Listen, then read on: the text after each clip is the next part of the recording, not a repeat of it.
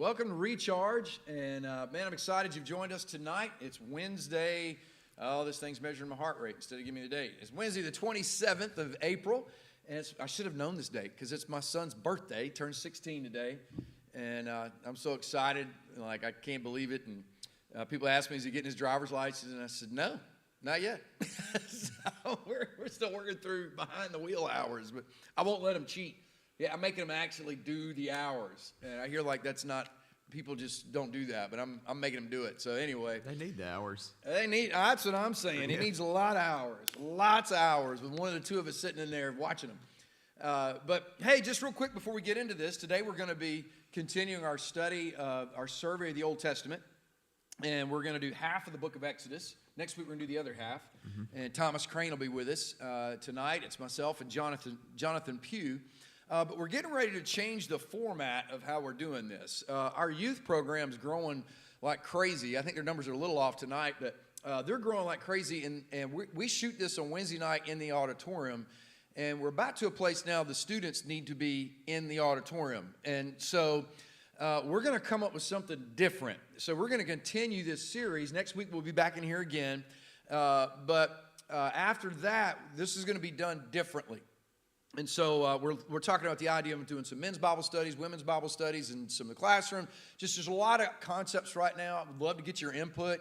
We want to offer some adult Bible study stuff here in our building on Wednesday night. So as parents drop their students off, they can hang out here and do some things as well. So that's in the works. We'd love to hear your suggestions. If you're following on Facebook right now, man, shoot them in there. And but what we will do is we're going to continue this podcast and it'll be likely recorded at a different time and then uploaded to Apple, Spotify, Google, and Facebook as well, so and YouTube. So just stay tuned. We'll be giving you some more information real soon on all of that. Yeah. And, so the audio, we'll have audio maybe next week, but we won't have the video content. Oh, we're done? Yeah, That's just news to me. audio. I don't know. Yeah, but we will be doing the audio content. There we go. So audio content's still Yep. going to be rolling. Yep. So that's how we're going to be moving forward in the future. And if you're on our church email list, you'll be getting some information on that, updating you as well, and how we're going to land on it. And so, like I said, it's exciting. This is the opportunities we're having are presenting some really awesome things. Last little deal, Lincolnton is now officially launched. And so we are now there every Sunday at 6 o'clock. So we have 9:30 and 11 in Dallas.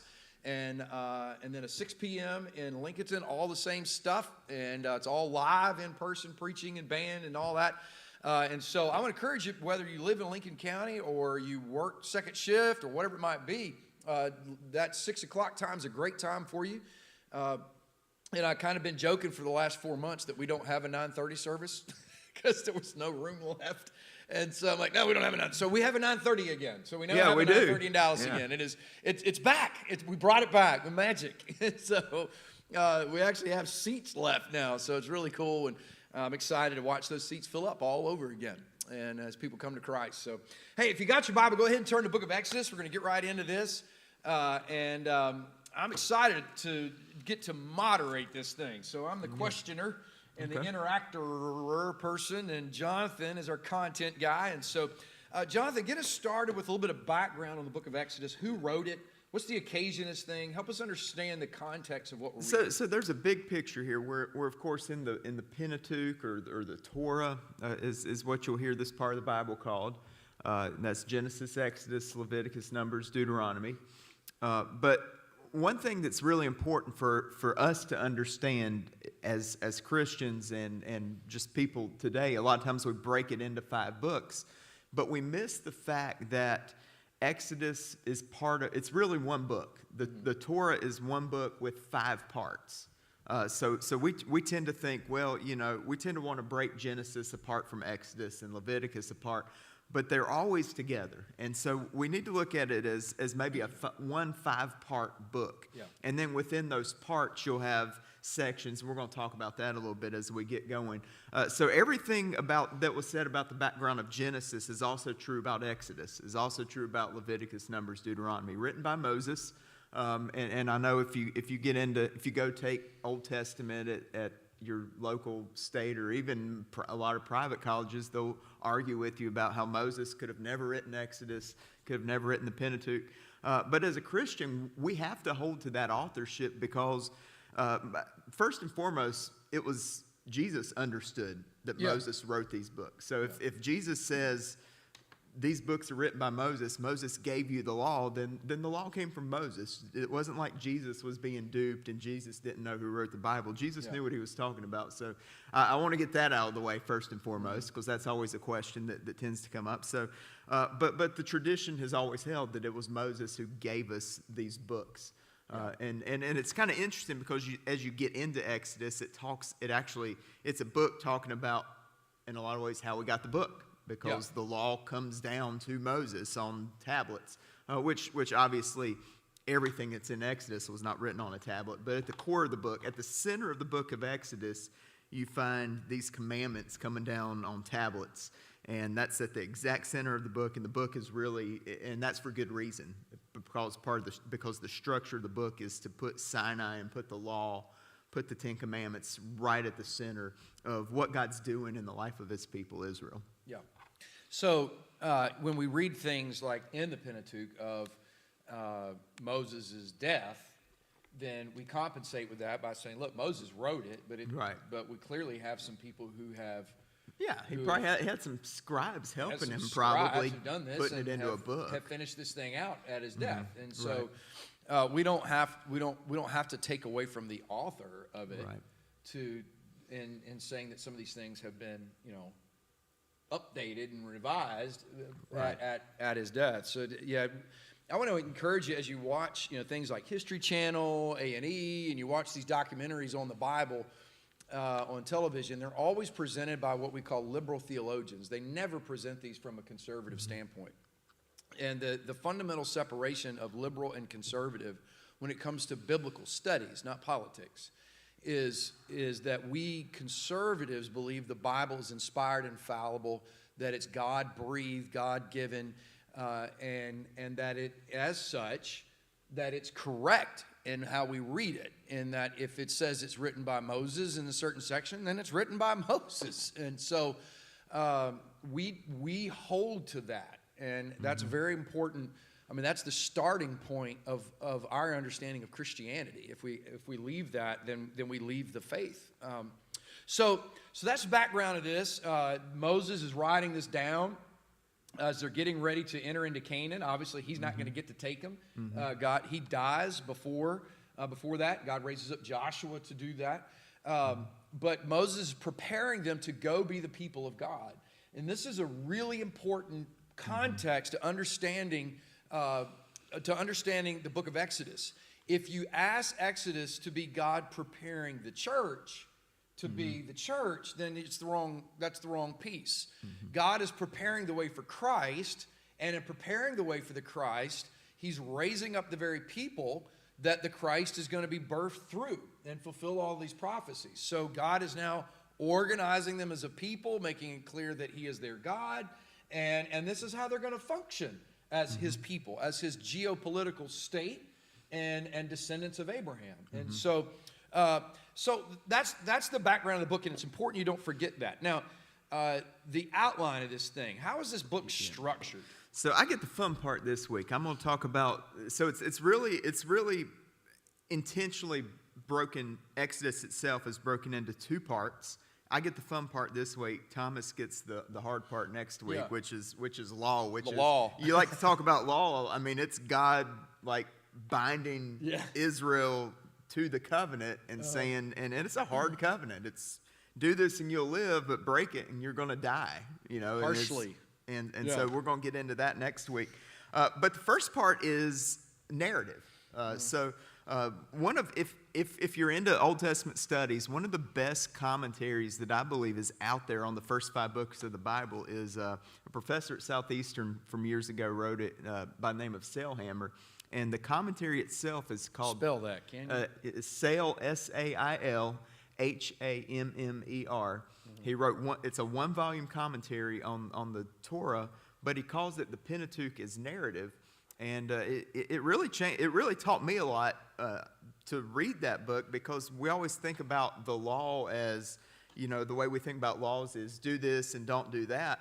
But he's saying, the heart of the Torah is not actually the rules part of the law. The heart of the Torah, the heart of the law, is the narrative. It's the story. Yeah. And so you find that in Genesis. You find it through the first part of Exodus for sure. You find a little bit of it in the second part of Exodus. But then you get into Numbers and Deuteronomy. There's still a story being carried along. And we neglect those parts of the Bible because we just say, oh, that's law. But there's a really important story about the workings and actions of God in the covenant history of his people. Yeah. And that's really what I believe the Torah is about. It's not about the laws. It's not about to do this and do that. It's about how is God working? How is God bringing these things about? And so we find that pretty easily in the first part of Exodus. So I'm just going to, as best as I can, just tell the story up until the point where we get the Ten Commandments in Exodus. So Exodus 1 comes in right where Genesis 50 leaves off. So Genesis 50 leaves off with the death of Joseph. And Joseph had given instructions that his bones are going to be carried back to Canaan. But what Joseph didn't know was that it was going to be 430 years. Yeah. Now, you know, you'll hear people say, we don't really know how long they were in Egypt, but actually outside of Exodus in 1 Kings 6, we're told, actually given a timeline, because when Solomon, at the beginning of Solomon's reign there, it says it's 480 years after they left Egypt. So we're told, so that would put the Exodus at the year 1447 BC, which I find to be pretty accurate. I mean, that meets up with every historical timeline and things that you can think of. You know, you watch the History Channel, all that, they'll say, well, there's no evidence of the Exodus that it ever occurred. And we'll get into some of that as we go along in the story. But as we come 430 years in, obviously the Jews have forgotten a lot. And the Egyptians have forgotten a lot. You know, Joseph, I mean, name your ancestors from 400 years ago. Right. None of us can. None of us can. None of us can do that. Yeah. Most people can't remember a king or a president well, we didn't have presidents 400 years ago, but we couldn't name, the average person on the street could not name one significant person who lived in the 1600s. Right. Let alone ordinary people. Our best records in my family go back into the 17s. Yeah. So there you go. So it makes sense that people just forgot about Joseph, both his descendants and the Egyptians forgot about him as well. But what did take place was the Hebrew people are still there. They're still there. They're multiplying, and it was going back to the covenant of Abraham.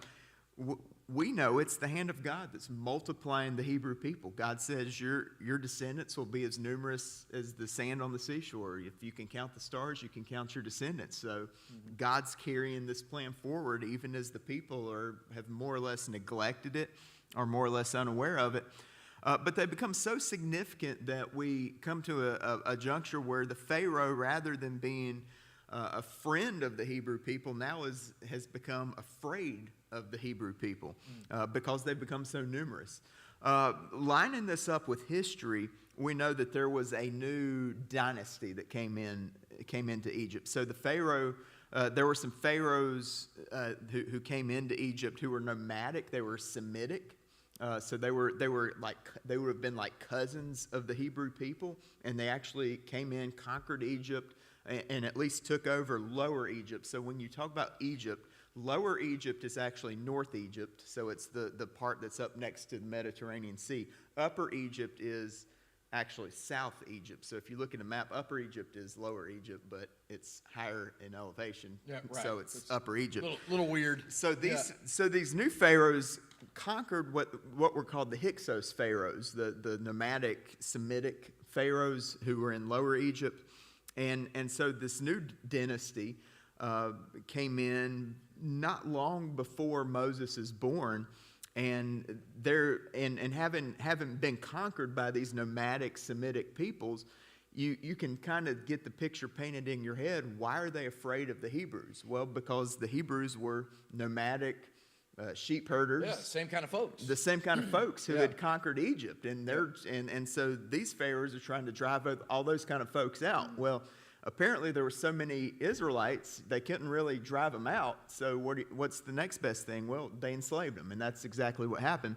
But even that wasn't enough, because Pharaoh became so afraid that he issues this decree that all the males 2 years old or younger, because when they're born, the Hebrew population is growing like crazy. It's growing like crazy. Yeah. He says, what are we going to do with these people? Well, let's get the midwives to murder the Israelite boys to keep them from growing so much. So, I think we find a lot of parallels in our own day with that. Yeah, amazing that you now have states in literal states in America who have legalized that very action. Right.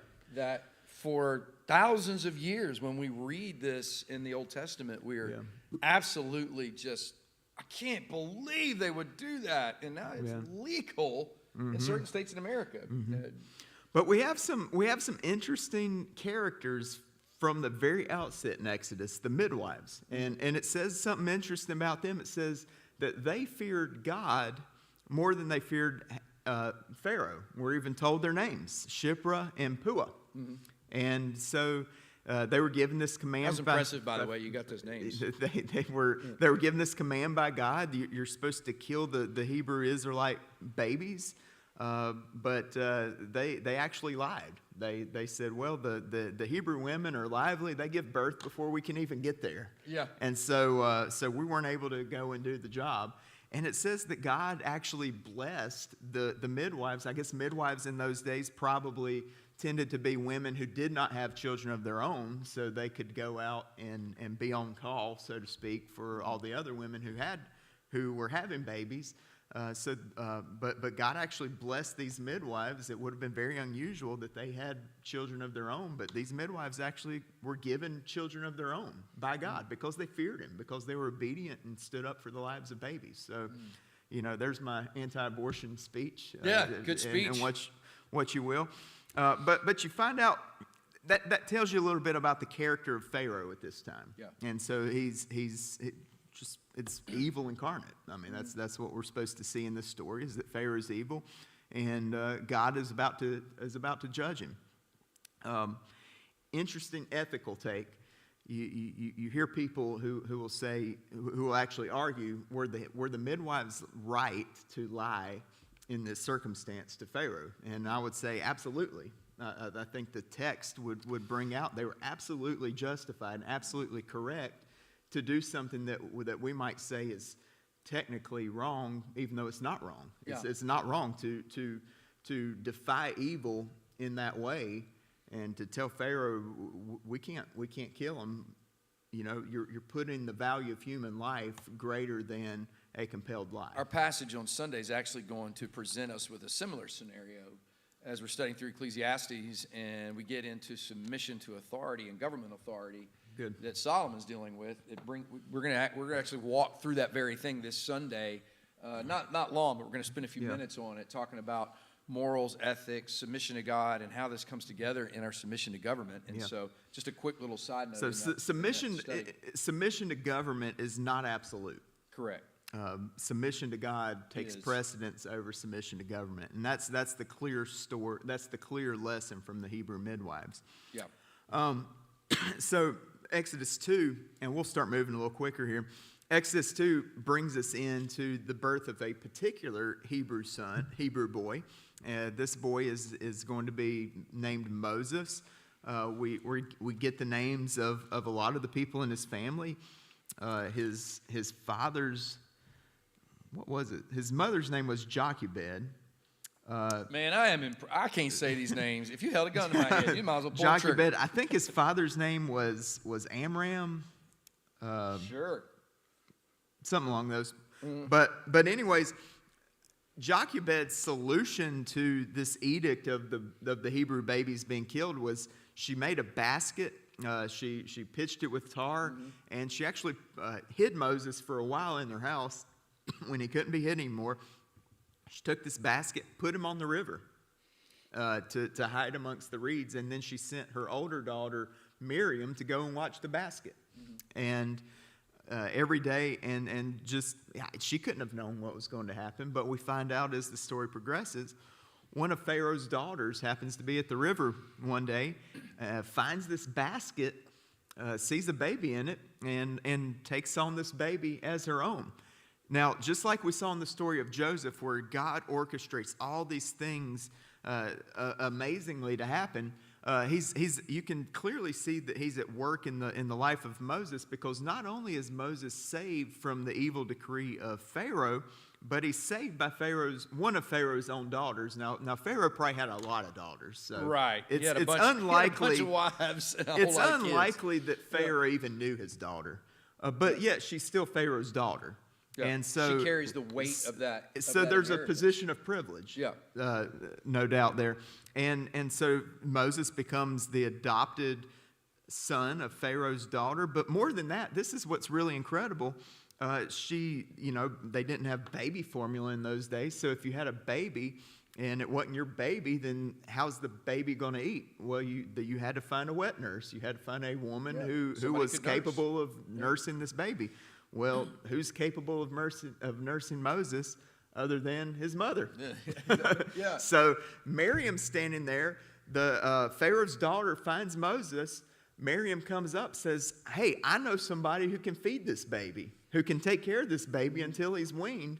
And so Pharaoh's daughter actually gives Moses back to his mother to take care of him until he's weaned. I mean, how miraculous of a story is that? So I've actually heard some again on the liberal side of commentary try to suggest that she had scoped this whole thing out. She knew where Pharaoh's daughter bathed. She knew when, and she was there at the right time, at the right moment, and that's why all this has been placed this way, and so forth and so on. But even if, and it's possible, even if Moses' mother has done her homework and she knows when this particular daughter's coming, and even if she knows who this particular daughter is and that she's open to this happening, there's still this massive leap of faith. Like, you don't put your kid in a basket and stick him in a water. Like, this is, so the effort to remove faith, there is so much effort on History Channel, A&E, liberal professors in private colleges, state institutions,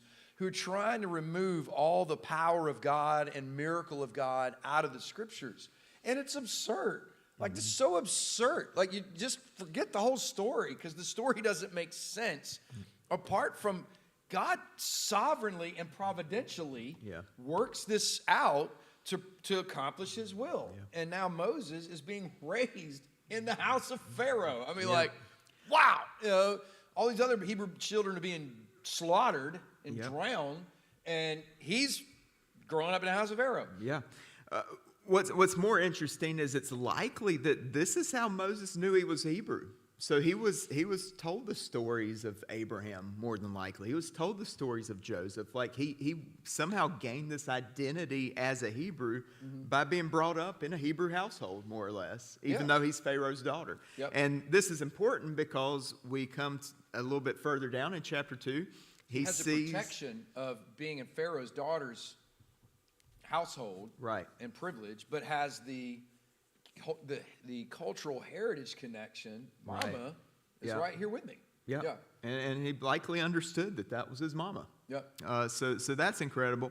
So later on, when he sees an Egyptian beating a Hebrew slave, his sense of justice is overwhelmed, and he steps in and actually kills the Egyptian who's beating a Hebrew slave. Yeah. And this is where the story takes a turn, because the next day he goes and talks to some Hebrew slaves who are fighting. They say, who made you the judge? Are you going to kill us like you did the Egyptians? And then he's like, oh, I guess that's not a secret. Pharaoh sought to kill Moses. Moses takes off at age 40 to the wilderness. Mm-hmm. He goes, and really the backside of the wilderness. And Moses is clearly not living as a Hebrew slave. Right. I mean, he's been born and raised, to get it right in Gaston County, born and raised in Pharaoh's home, and in his household, that is. And so he's a privileged man. So I've always been interesting to me the response of these Hebrew slaves to Moses. Instead of being appreciative of what had happened, they hated Moses at this point. They didn't like this guy at all. I mean, it's the only way you can put your head around how they responded. other than Moses is not liked by the Hebrew people. Yeah. He can't find refuge in the Hebrew people. And that's really important as you fast forward the story. Because God's going to raise him up. Obviously, most of you know the general story. When God raises him up to rescue the Hebrew people, he's being raised up to rescue people that really don't even like him. So what a picture of what God does. Yeah, very true.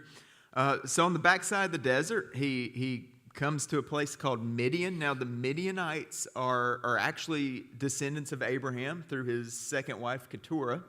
And so these are cousins of the Hebrew people. And Moses, he helps out some shepherd girls.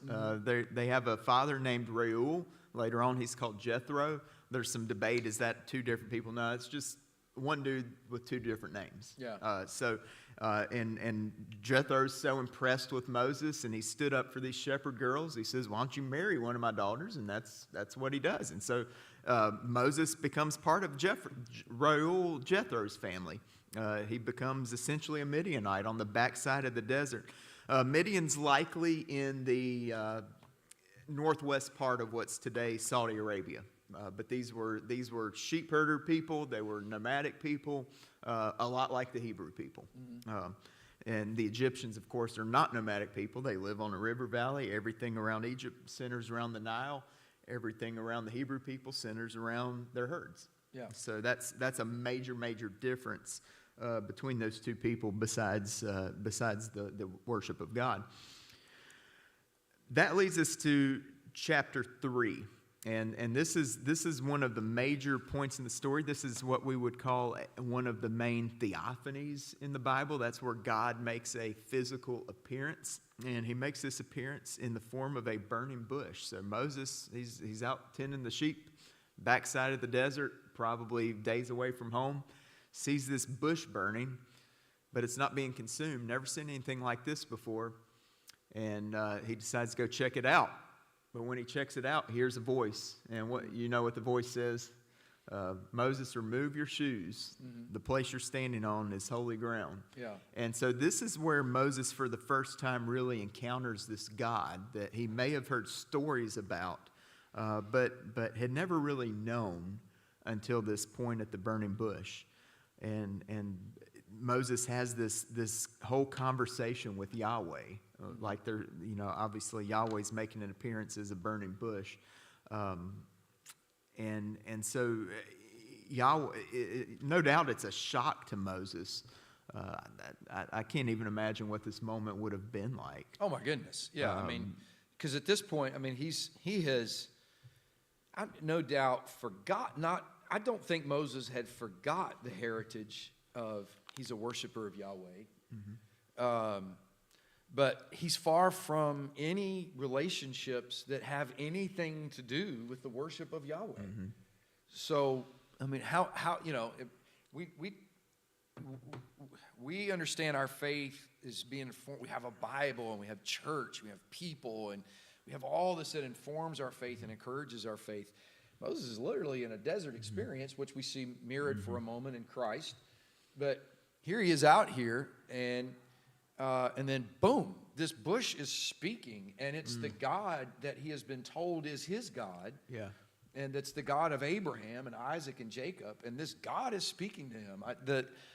The earth-shattering moment in this is just beyond description in Moses' life, and it is the literal turn of Moses' life at this point. God tells him, you're going to do something. You're going to go back to Egypt, which Moses has been away for 40 years. He's now 80 years old. Yep. God says, you're going to go to Egypt. You're going to tell Pharaoh to let my people go. He's not going to listen. I'm going to do all these things. Yep. I'm going to send plagues. Tells him the whole story. And then Moses has an interesting question. He says, all right. I don't think he really knows what to say. Who am I going to tell these people sent me? Yeah, exactly. How's this going to go? I just remember we said they don't like him. Yeah. He's the spoiled, rotten brat who grew up in Pharaoh's house. And so real interesting there, God says to Moses, you're going to tell them, I am who I am sent you. And that's where we get the personal name for Yahweh. I am who I am. So that's a way to think about that. And Moses starts to make excuses. He says, "But I'm not a good speaker. How am I going to go speak to Pharaoh, much less a whole group of people?" God just keeps knocking down each one of his excuses. Yeah. He says, "You got a brother, don't you?" You're right. Yeah. Aaron, which Moses is like, "I didn't talk to my brother in 60 years, probably." Yeah. But well, he's there. He's going to speak for you, and he's going to be at your side, and on and on. And long story short, Moses goes back. Interesting thing occurs on the way there. It says that apparently he went back with his wife and 2 sons. Moses had 2 sons. His wife's name was Zipporah, and it says that he sought to kill him. There's a lot of questions as who's seeking to kill whom. I've landed on, I think God was seeking to kill Moses because he was still in his own bit of personal defiance against Yahweh. He was apparently, I guess, uncircumcised. Or at least his sons were uncircumcised, and it says that Moses hadn't thought, maybe I need to circumcise my sons and bring them into this covenant relationship that God had promised to Abraham, and so it says that Moses' wife actually circumcised his sons through the foreskins at the feet of Moses, and that God's wrath was abated at that time. So Moses, not only for himself, but also for his family in this journey back to Egypt, he basically adopts for himself the covenant of Abraham and becomes a part of the nation. And so I think that's really key. That's kind of an overlooked story here, but it's really key for what follows. Like, how are you going to lead a people that you're not really a part of? How are you going to bring people into a covenant that you're not really adopting for yourself? So Moses actually fully adopts this covenant. And that covenant of circumcision, for those who are new, was established with Abraham. So this was a sign. So the law did not establish circumcision. God established that, as in the Mosaic law. This was all the way back to Abraham, and God said, "Here's the sign I'm going to make," and he had to circumcise, everybody. And it was a bad day for the guys in Abraham's house. But so and that's how God identifies himself too. Right. He says, I'm the God of Abraham, Isaac, and Jacob. That's how I'm known. And this we know is also a point of consternation between anybody who would think themselves to be Jewish and not. I mean, fast forward to the New Testament. I mean, they are dividing the church over this very issue. So this is a huge deal. And so again, Moses grows up in Pharaoh's house. He's not circumcised. And so he's trying to say, well, I'm a Hebrew. And they're like, no, you ain't. You're not one of us. You're not circumcised. You grew up spoiled, rotten brat over there, the guy who's enslaving us, and you're not part of us. So this was huge on so many levels. Yep.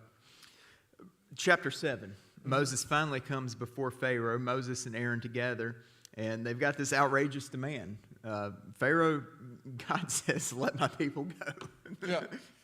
And he frames it in different ways at different times. I'm gonna try to make the story brief because we got 11 signs, 10 plagues that are coming. Just spoiler alert. But there are certain times where he says, just let us go into the wilderness to make a sacrifice to Yahweh. And there's some question: is he just making a euphemism for let us go away, or is he really trying to negotiate or bargain with Pharaoh? Either way, the bargaining aspect doesn't work with Pharaoh, right? Because we have this thing coming up where Pharaoh's heart is hard against the things of God. Pharaoh's heart is hardened both towards the Hebrew people, but also towards the fact that God has this covenant. God's trying to do this thing with these Hebrew people, and all Pharaoh sees is a bunch of slaves. He sees free labor. So things actually get a lot worse before they get better when this guy Moses shows up to Pharaoh. Now, it's probably not like the movies. I will say this. So the movies try to paint it like, Moses and the Pharaoh were brothers, and the Pharaoh was mad at Moses. Pharaoh probably did not know Moses at this point. Yeah. It's not the same person. It's been 40 years. We forget that. It's been 40 years. So this is not the same Pharaoh who sought to kill Moses 40 years ago. So that's how he's able to come in and actually talk to Pharaoh at this point. But But what we do find out, he is not open to what Moses is saying. He's not open to what God's saying. God had already told Moses that this was going to be the case. This was part of God's plan. But Pharaoh actually makes things worse on the Hebrew people. He says, now I'm not going to give you the materials to make your brick. You got to go find your own straw to make the brick with, and I'm doubling your workload. So the Hebrew people, naturally, they get mad at Moses. Yeah, that ain't We're going out over here well. doing our work. We were getting by. I mean, we're slaves, but we're getting by. Who are you coming in here making it worse? And spoiled brat Midianite guy comes in here, makes our lives miserable. Like they're ready to kill Moses at this point. Yeah. But that's when God starts acting, and the way God begins acting is through these things called plagues. There's actually 11 signs. God had already given Moses a sign. His staff that he was carrying at the burning bush became a sign. So I believe the staff budded at the burning bush. But the first sign before Pharaoh was Moses throws his staff on the ground and it becomes a snake. And then when he picks it back up again, it's a staff. Yeah. Now, Pharaoh's not impressed because he has magicians who show up, and apparently they do the same thing. But that's the first sign. That's not technically a plague. That's just Moses saying, hey, God says this, and God means business. Mm-hmm. So the next thing that God does then is God turns the Nile River into blood. The magicians are able to replicate that, but that's the first plague. Now, we don't need to spend a lot of time on each one of these plagues, but think about the state. When you have a civilization, not just a few people that make their living on the Nile River, but the whole Egyptian civilization was built on the Nile. Like, these are people of the river. Yeah, their livelihoods, their crops, everything depends on the Nile. Everything depends on this river. Yeah, from the fish that they eat out of it to the water that this is an arid climate. Mm-hmm.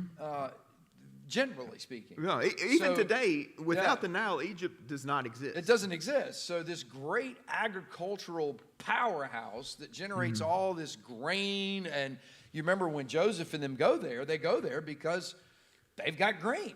Yep. Joseph led them to store that grain. Mm-hmm. So it's this economic powerhouse that's centered in their ability to produce wheat, grain, all these things.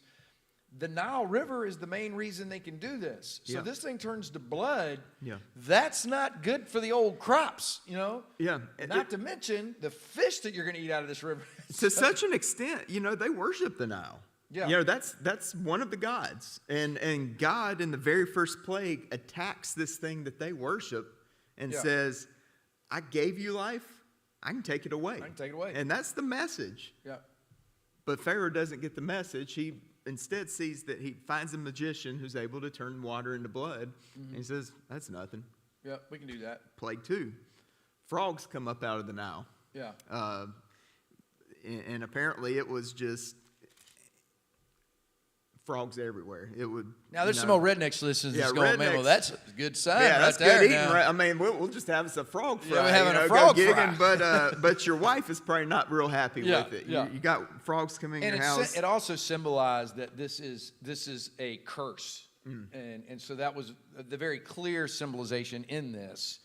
And so even if you like frog legs, that's not how that would be interpreted.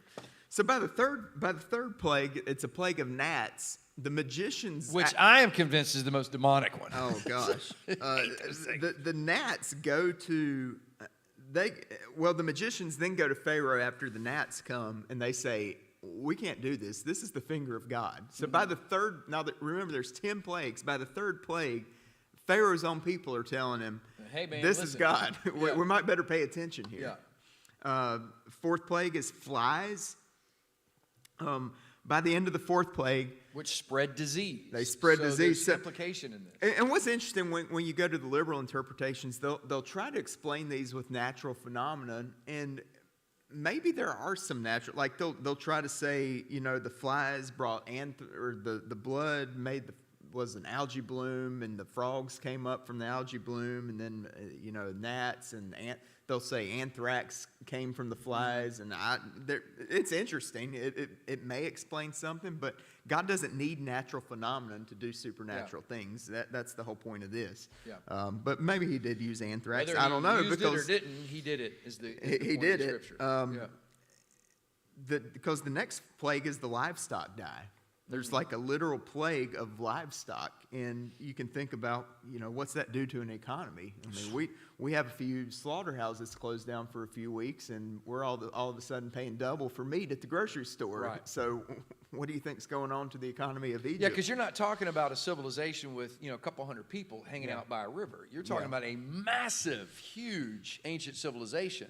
Yeah, so they estimate 3 to 4 million Egyptians at this time. You start wiping out this kind of produce and livestock. I mean, we've tasted just a small touch of that in our country and saw what happened. Imagine that on a grand scale. So there is complete chaos in Egypt at this point. Yep. So livestock die. That's the 5th plague. Now, after the 4th plague, Pharaoh initially says, you can go 3 days' journey into the wilderness to make a sacrifice to Yahweh. Then he changes his mind because Moses says, we're going to take our wives and our kids with us. He said, no, you're not taking the kids with you. Yeah. So you start to see Pharaoh, though, starting to waver. But, I mean, these are like massive things happening on the Egyptians. Boils are the 6th one. Now, this is one that starts to affect the people themselves. Hail is the 7th one. Now, the hail is interesting because, it affects the crops, it affects the livestock, it affects the people. But it actually says some of the servants of Pharaoh, by this point, they're like, this is from God. God means business. When Moses speaks, we're going to listen. And it says some of the servants actually took their livestock and their kids into the house to be safe from the hail. Yeah. But those who didn't, they were killed by the hail.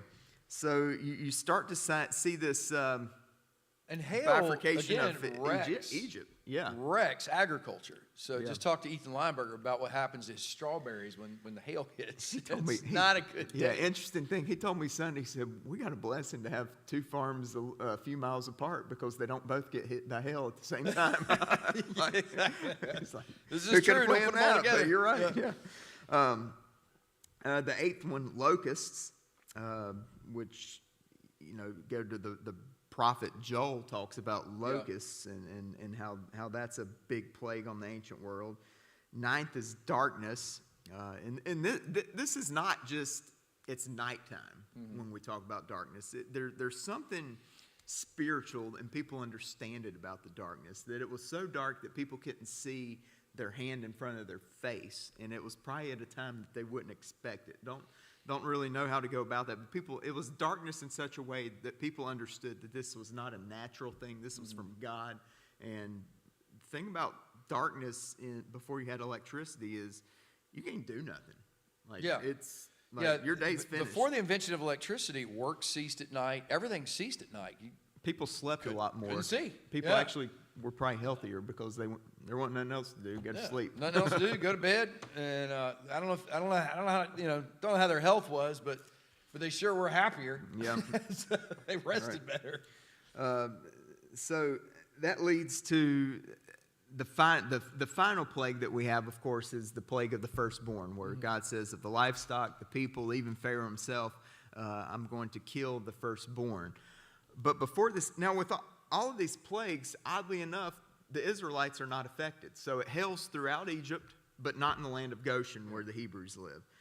The Egyptians' livestock dies in a plague. The Israelites is alive. Yeah. So it's very clear, even if you're not hearing Moses and seeing what and hearing the demands of God, it's very clear that something's up here, that God's favoring one people over another. And I've heard of some places that have it rough. We looked at my family, my wife's family lives in Louisiana. They get hurricanes and they've had some crazy floods and this and that and the other, and if you live on the West Coast, you get earthquakes.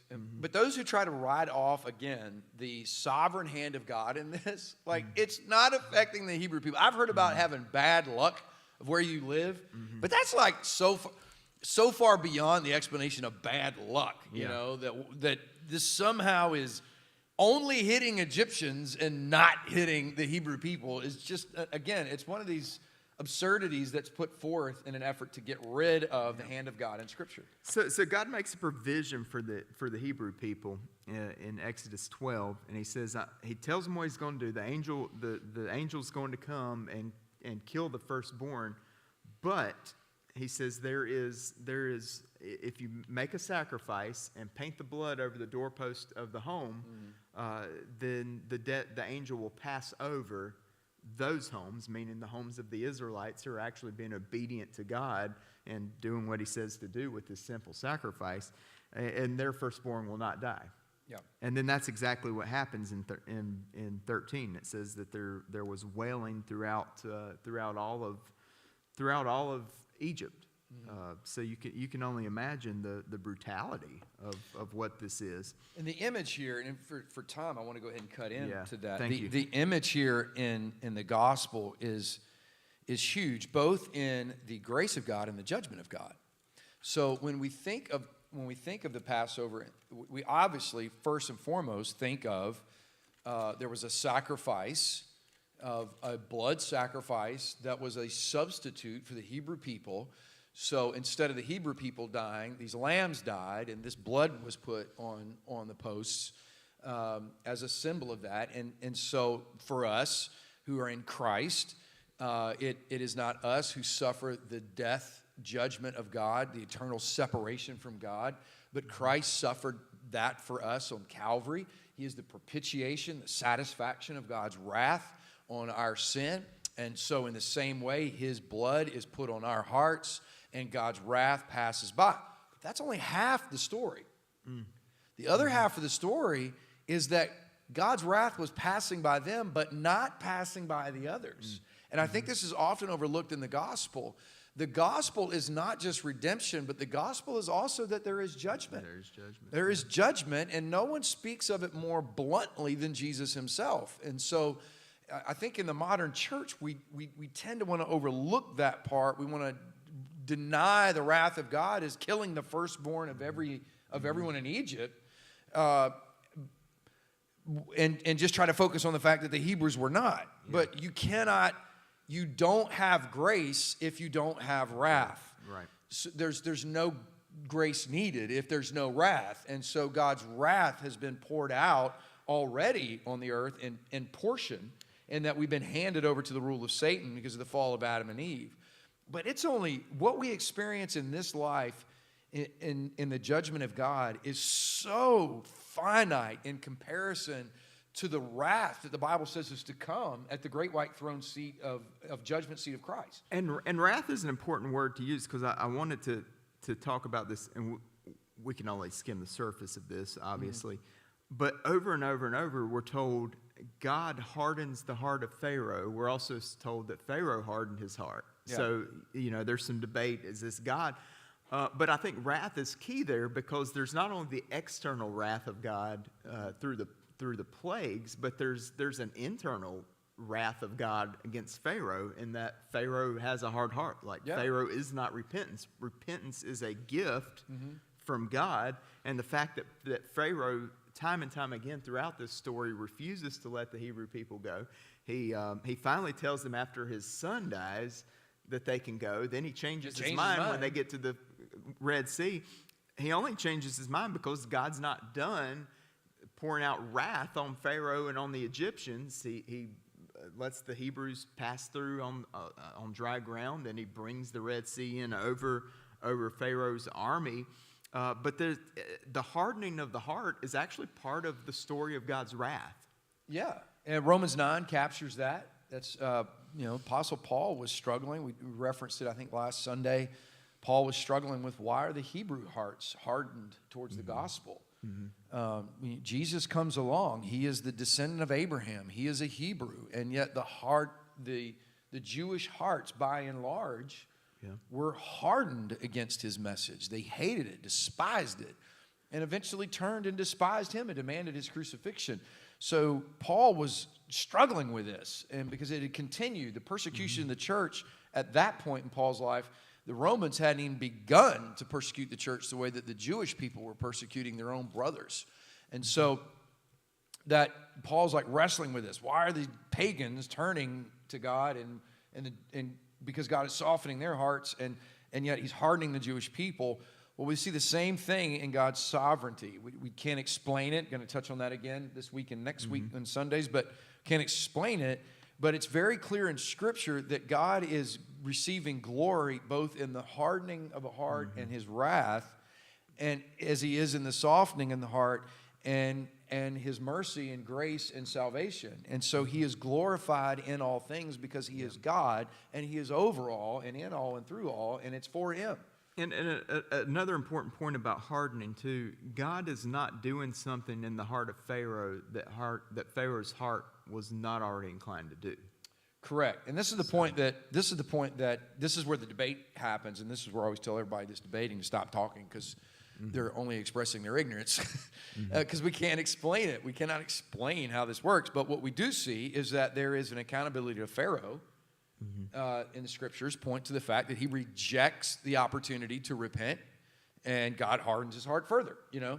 On the other hand, Romans 9 tells us that God's the potter and Pharaoh was the clay, and God made him for that. And I can't explain that. I don't understand that. It makes no sense to me. Some people get all worked up and torqued out of frame and try to unwind that and make that not say what it said in Romans 9 and elsewhere. But I think for us as Christians, the responsibility is not to, and this again, where we're going to be big time in Ecclesiastes this week, our responsibility as followers of God and his children is not to explain and justify God. Our responsibility is submit to the God whom we cannot explain and who is bigger than us and far. I mean, the amount of knowledge that God has in his working and accomplishment, and the amount of knowledge we have is literally an infinite comparison. So we have a finite amount of knowledge, and we stand trying to assert to God on, as Job did, on whether or not he's being just or not in his dealings and his accomplishments. And in doing so, we are actually moving ourselves to the most arrogant position possible in saying that our finite intellect has now moved to the infinite, the infinite intellect, and I can therefore exercise judgment and discernment and explain how God has done what he has simply told us he did. So we are not, the Scriptures don't attempt to explain it. We're told he did this, and he did it because he's God. And the same answer Job gets, where were you when I did all of this, is essentially the same answer we get. We really do need to check up on our demand that God explain his ethics in a way that our finite mind can wrap themselves around. And get back to the point of going, he is God. And how awesome is that? This God whom I cannot explain, I don't understand him whatsoever, sent his son to die for me and love me and rescue me and has graciously adopted me as his child. I can't explain that. But what I need to be doing is praising him for it. And not sitting around trying to become God myself and explain how all that happened and bring some human explanation of justice to it. Okay. Yep. All right, that was a rabbit. No, it was you good. Put me on it. It's your fault. I did put you on it because I think that's something people do get hung up on when they read this story, and it carries implications throughout the rest of the Bible. Yeah. So God continues to provide for the Hebrew people. So he provides them. They start complaining about water. He gives them. The complaints. The complaints become a theme here. So he gives them every preacher loves this section as a weapon against their church. You see what happens when people complain? He gives them fresh water. Yeah. Then they complain. They say, "Did you bring us out here to starve us? We had onions and leeks in Egypt." So he gives them manna. And he gives them, then they say, well, we had meat when we were in Egypt. they So he gives them complain about quail. Yeah. Then they have the Amalekites come out and attack them, and God grants them victory. Now, keep in mind, these are not warrior people. Yeah. They weren't allowed to own weapons in Egypt. All they could take is what they literally could take with them. I mean, they And- literally have got up and left. And they defeat the Amalekites out in the middle of the wilderness. So time after time after time, God provides everything that they need. These also were not librarians. I mean, they were making bricks. I mean, nothing against librarians, but they were making bricks. I mean, these were some tough dudes. Yeah, yeah. So the Amalekites probably didn't quite understand who they're getting entangled up with, but weaponry, they limited at best. Things that they might have snuck out with them, but I mean, nothing for the most part. Yeah. So they end up here at the mountain of God, otherwise known as Mount Sinai. Moses apparently had sent his wife back home. Jethro brings her back to meet him at Mount Sinai. Jethro, the father-in-law, hears about all these wonderful things that God's done. Jethro, to me, is an interesting character because he's not a God worshiper, but he knows something about God. I mean, he becomes a God worshiper. Like, he becomes basically part of the people of Israel. So that's probably just personally a cool thing for Moses to see. And Jethro actually comes, and you ever get good advice from your father-in-law? Jethro comes and gives him some good advice. Yeah. He says, you're out there judging people's squabbles all day, and you're supposed to be leading. You need to go appoint some judges to take care of these things. And he gives him a leadership lesson, which is real interesting. Right in the middle of this story, you get a leadership lesson from the father-in-law, and Moses is humble enough to take it. Yeah, he's humble enough to take the advice, and in so doing, tells you something about to form a government. Yeah, it tells you something about the character of Moses too. Here, he's not perfect by any stretch in Exodus, but he does have some very good characteristics that I believe as leaders we should study Moses very closely in terms of that. And so we end at Mount Sinai. Now, I'm not going to chase the rabbit on where Mount Sinai is. I think it's in northwest Saudi Arabia. If you go to Mount Sinai today, they'll tell you it's on the Sinai Peninsula. I think there's pretty credible evidence to think that it's south and east in Saudi Arabia, and I think the Saudis think that too. But that's neither here nor there. What is interesting is, the liberal interpretation of this is they crossed some little marsh up it's hilarious. Up in the north, basically where the Suez Canal is today. But the greatest I think they actually joke, crossed the Red Sea. Yeah, the great joke is, and I remember when I was a teenager, and our pastor said, so the problem with the liberal attempt to remove the parting of the Red Sea and move them up into some shallow waters that a great windstorm came and dried up the mud, they now are left with another miracle. Somehow Pharaoh's army drowned in 4 inches of water. I mean, so you've just, in the effort to get rid of one, you've created an even bigger one.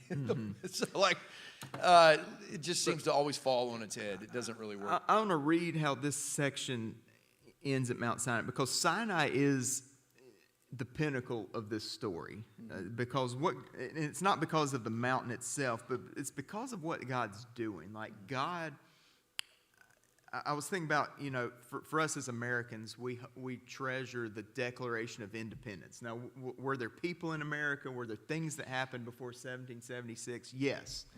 Lots of things, lots of really important things. But in our minds, July 4th, 1776, when that declaration is read, is when the nation happened.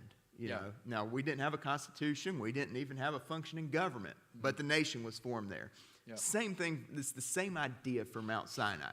When they come to Mount Sinai, they were not a nation. They were just a bunch of slaves.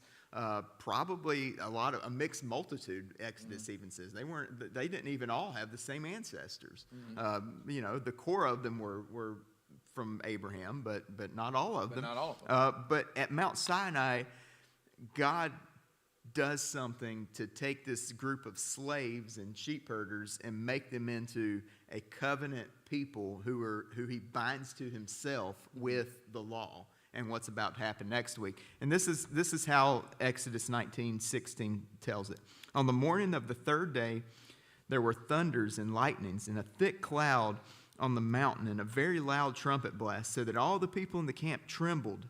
Then Moses brought the people out of the camp to meet God, and they took their stand at the foot of the mountain.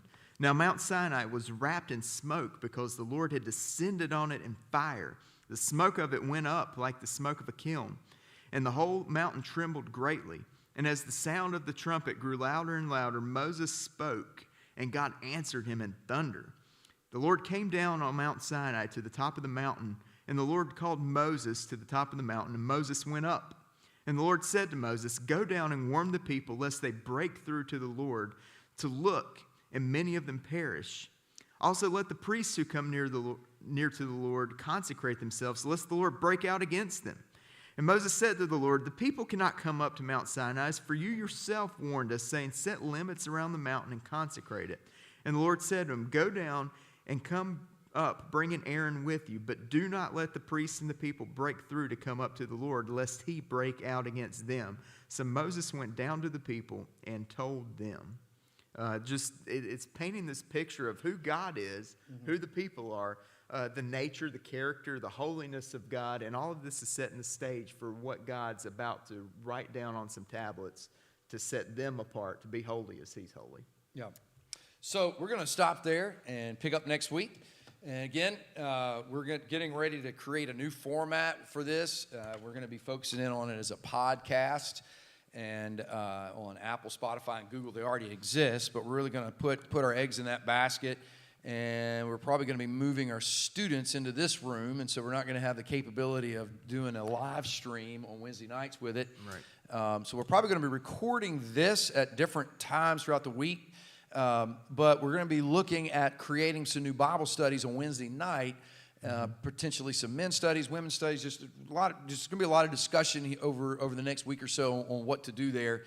So just stay tuned to social media and email, and we'll be letting you know. And meanwhile, if you have a high school or middle school student, man, this is the place to be on Wednesday nights in Dallas, North Carolina, I promise you. And so just a crazy awesome program. And these students are building relationships with people that they're going to grow up with and know the rest of their life. And so what better way to build a relationship than in the discipleship of the gospel? And so I would encourage you, if you're listening, if you have a high school, middle school student, bring them out. And it starts at 6:30 on Wednesday nights, and they eat and hang out and play some games, and then they get rolling with music and worship and teaching and group studies and all kind of stuff at 7 o'clock. And they're supposed to finish at 8, but they're always late. And so are we right now. So we're going to wrap it up, and let's go to the Lord in prayer. God, just thank you so much for teaching us the history of your movement, the history of you calling us to yourself. This didn't just happen, but Lord, you have worked through millenniums to bring your truth to us. And so, Lord, I just pray we would appreciate it. We'd appreciate your sovereignty. We would trust in it. We'd be inspired by it, that we'd be confident because of it. Lord, I pray as we study the Old Testament, we would see your grace and your mercy and all that you did to accomplish the plan of bringing us Christ. And so, Lord, to those tonight who have burdens and things going on, Lord, I pray that your presence would be known and felt. Lord, as your people, the holy ground is us.